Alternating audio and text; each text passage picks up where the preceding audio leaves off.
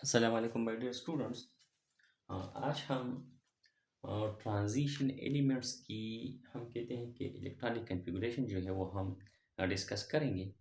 तो उसकी electronic configuration discuss करने से पहले हम ये बात ज़रूर जानते हैं कि ट्रांजिशन एलिमेंट जो है उसकी इलेक्ट्रॉनिक कॉन्फ़िगरेशन जब हम कहते हैं कि आखिरी इलेक्ट्रॉन एंटर होता है तो वो डी सेक्शन में जो है वो हम कहते हैं कि एंटर होता है, यानी लास्ट इलेक्ट्रॉन डी सेक्शन में यानी एंटर हो सकता है। अब यहाँ पर हम उसमें कुछ जो एलिमेंट्स हैं वो हम कहते हैं कि उसकी इलेक्ट्रॉनिक कॉन्फ़िगरेशन 2 तरह के होते हैं। एक को हम कहते हैं एक्सपेक्टेड इलेक्ट्रॉनिक कॉन्फ़िगरेशन और दूसरे को हम कहते हैं ऑब्ज़र्व्ड इलेक्ट्रॉनिक कॉन्फ़िगरेशन। तो ये होता इस तरह है कि क्रोमियम जो है उसका इलेक्ट्रॉनिक कॉन्फ़िगरेशन ये होगा कि इसमें हम कहते हैं कि डी-फायो सिस्टम होता है। बजाय ये कि इसमें डी4 सिस्टम होगा तो इसमें डी5 सिस्टम होता है और कॉपर में जो है वो डी10 सिस्टम होता है, बजाय कि डी9 सिस्टम में ये कंप्लीट हो जाए। आइए अब चलते हैं क्रोमियम का इलेक्ट्रॉनिक कॉन्फ़िगरेशन किस तरह होगा और कॉपर का इलेक्ट्रॉनिक कॉन्फ़िगरेशन जो है वो किस तरह होगा। क्रोमियम का एटॉमिक नंबर जो है वो है 24। तो इसको अगर हम अरेंज करते हैं यानी आर्बिटाल्स में तो इस तरह होगा कि 1:2 होगा, 2:2, 2p6, 3:2, 3p6, 4:2 और 3d जो है वो हम कहते हैं कि 3d4 होगा। ये होगा हमारे पास एक्सपेक्टेड इलेक्ट्रॉनिक कॉन्फ़िगरेशन।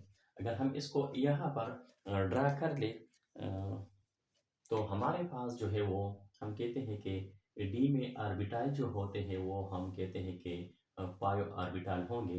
तो इसमें हम कहते हैं कि ये एक इलेक्ट्रॉन यहाँ पर होगा, इस तरह ये भी एक इलेक्ट्रॉन यहाँ पर भी और यहाँ पर भी एक इलेक्ट्रॉन जो है उसमें होगा। ठीक है, ये डी जो है इस तरह हम कहते हैं कि ये इस तरह डी फोर, इस तरह हम ये लिख सकते हैं। और एस जो है यहाँ पर हम एस लिखते हैं तो यहाँ पर इसमें हमारे पास जो है वो 2 इलेक्ट्रॉन आते हैं। तो इसको हम कहते हैं एक्सपेक्टेड इलेक्ट्रॉनिक कॉन्फ़िगरेशन। को लिखते हैं एक्सपेक्टेड एक्सपेक्टेड इलेक्ट्रॉनिक कॉन्फ़िगरेशन। लेकिन हम यहाँ पर देख सकते हैं कि ये जो है ये डी जो है ये हम कहते हैं पार्शियल फील्ड है और ये एस जो है यहाँ पर ये हमारे पास जो है वो एस है। तो एस जो है हम कहते हैं कि S2 है, ये तो कंप्लीट फील्ड है। अब स्टेबिलिटी की तरफ अगर हम आते हैं तो हम कहते हैं कि यहाँ पर हम लिख सकते हैं कि कंप्लीट फील्ड जो होते हैं, कंप्लीट फील्ड वो ज़्यादा स्टेबल होते हैं बजाय हाफ फील्ड के। ठीक है, और हाफ फील्ड हम कहते हैं कि ज़्यादा स्टेबल होंगे पार्शियल फील्ड के। तो हम कहते हैं कि सबसे पहले एलिमेंट ये करता है कि उसका जो ऑर्बिटल है वो कंप्लीट फील्ड हो जाए तो उसकी एनर्जी जो है वो कम होगी और ज़्यादा स्टेबल होगा। इसके बाद आता है हाफ फील्ड। हाफ फील्ड जो है वो हम कहते हैं कि कंप्लीट फील्ड से तो लेस स्टेबल होगा लेकिन पार्शियल फील्ड से ये ज़्यादा स्टेबल होगा। और पार्शियल फील्ड जो है वो हम कहते हैं कि उसकी स्टेबिलिटी बहुत कम होती है। तो एक्सपेक्टेड इलेक्ट्रॉनिक कॉन्फ़िगरेशन तो ये होता है कि ये इस तरह हम कहते हैं कि आ सकते हैं, लेकिन इसकी यानी ऑब्जर्वेशन में ये है कि ये दोनों जो है ये हाफ फील्ड में चले जाते हैं, यानी इसका ये इलेक्ट्रॉन हम कहते हैं कि पी डी में चला जाता है। तो इसका जो इलेक्ट्रॉनिक कॉन्फ़िगरेशन जो होगा, नेक्स्ट इलेक्ट्रॉनिक कॉन्फ़िगरेशन इसका जो होगा वो होगा हमारे पास, तो इसमें होगा 1 इलेक्ट्रॉन। ठीक है, और ये इलेक्ट्रॉन यहाँ पर आएगा तो हम कहते हैं कि इसमें ये जो डी सबशेल है इसमें हम कहते हैं कि ये इलेक्ट्रॉन जो है ये हमारे पास जो इलेक्ट्रॉन हम कहते हैं कि ये होगा, तो ये हम कहते हैं कि यहाँ पर जो है वो आ जाएगा। तो यहाँ पर हमारे पास डी में जो है वो हम कहते हैं कि डी में 5 इलेक्ट्रॉन होते हैं और यहाँ पर ये 5 इलेक्ट्रॉन हम लिखेंगे। ठीक है, यहाँ पर ये 5 इलेक्ट्रॉन और इसमें जो है हम कहते हैं 1 इलेक्ट्रॉन। तो इसको हम कहते हैं observed electronic configuration. Observe electronic configuration. तो इसी तरह क्रोमियम में जो है उसमें हम कहते हैं कि यहाँ पर जो है इसमें डिफायो सिस्टम जो है वो होगा। तो ये इसका इलेक्ट्रॉनिक कन्फिगुरेशन जो है वो ज़्यादा स्टेबल होगा। इस तरह ये ऑब्जर्व इलेक्ट्रॉनिक कन्फिगुरेशन होता है। इस तरह अगर हम कापर में देख लें तो कापर में असल में डी10 सिस्टम होता है। अगर इसको हम इस तरह लिख लें कि 1:2, 2:2, 2p6, 3:2, 3p6, 4:2, ठीक है। और 4:2 और 3d जो है वो हमारे पास 9 आएगा। अब यहाँ पर अगर हम देखते हैं तो 3D जो है इसका जो एक्सपेक्टेड इलेक्ट्रॉनिक कन्फिगुरेशन है वो हमारे पास जो है वो कुछ इस तरह आएगा।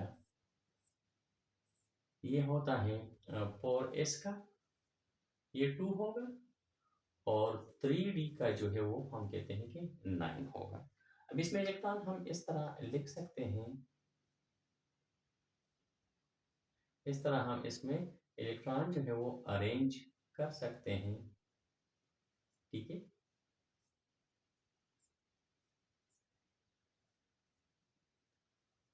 इस तरह इसमें हम कहते हैं कि 2 इलेक्ट्रॉन होंगे और डी में जो है 3D में 9 इलेक्ट्रॉन होंगे। ये होगा, इस तरह हम कहते हैं कि ये एक्सपेक्टेड इलेक्ट्रॉनिक कन्फिगुरेशन होगा, एक्सपेक्टेड इलेक्ट्रॉनिक कन्फिगुरेशन। तो बात यहाँ पर फिर ये दोहराई जाएगी कि कंप्लीट फील्ड जो है वो ज़्यादा स्टेबल होता है बजाय हाफ फील्ड के, और हाफ फील्ड ज़्यादा स्टेबल होता है पार्शियल फील्ड के। तो यहाँ पर ये पार्शियल फील्ड होगा और ये जो है कंप्लीट फील्ड होगा।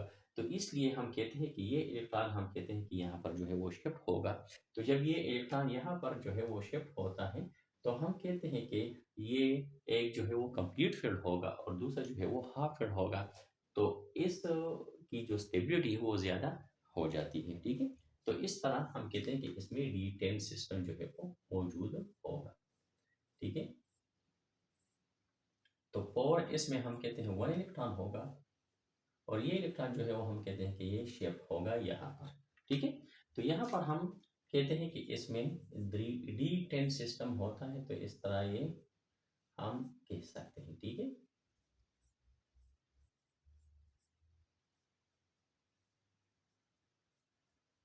तो ये इलेक्ट्रॉन जो है वो हम यहाँ पर कहते हैं कि यहाँ पर जो है वो आ जाता है। तो इस तरह हम कहते हैं कि इसमें डी10 सिस्टम होगा और इसमें हम कहते हैं 1 होगा। तो ये ज़्यादा स्टेबल होगा बजाय इसके। तो इसको हम कहते हैं ऑब्जर्व्ड इलेक्ट्रॉनिक कन्फिगुरेशन। तो ये अमूमन ट्रांजिशन एलिमेंट में ये क्रोमियम और कॉपर जो है ये एक यूनिक किस्म का इलेक्ट्रॉनिक कन्फिगुरेशन रखता है, जो ज़्यादा हम कहते हैं कि स्टेबिलिटी तरफ जो है वो चला जाता है। यानी इसकी इलेक्ट्रॉनिक कन्फिगुरेशन जिंक की तरह होगी, और क्रोमियम का जो है वो हम कहते हैं कि जो नियर एलिमेंट होता है उसका मैंगनीज उसकी तरह जो है वो हो सकती है। आज का ये लेक्चर यहाँ पर इख्तिताम होता है। अब नेक्स्ट लेक्चर जो है वो हम ट्रांजिशन एलिमेंट्स के जो वेरिएबल वैलेंसी है उसकी जो ऑक्सीडेशन स्टेट हम कहते हैं एलाई फॉर्मेशन है, ठीक है। तो उस पे हम इंशाल्लाह डिस्कशन करेंगे। तो नेक्स्ट लेक्चर तक हमें इजाज़त दीजिए। अल्लाह हाफिज़।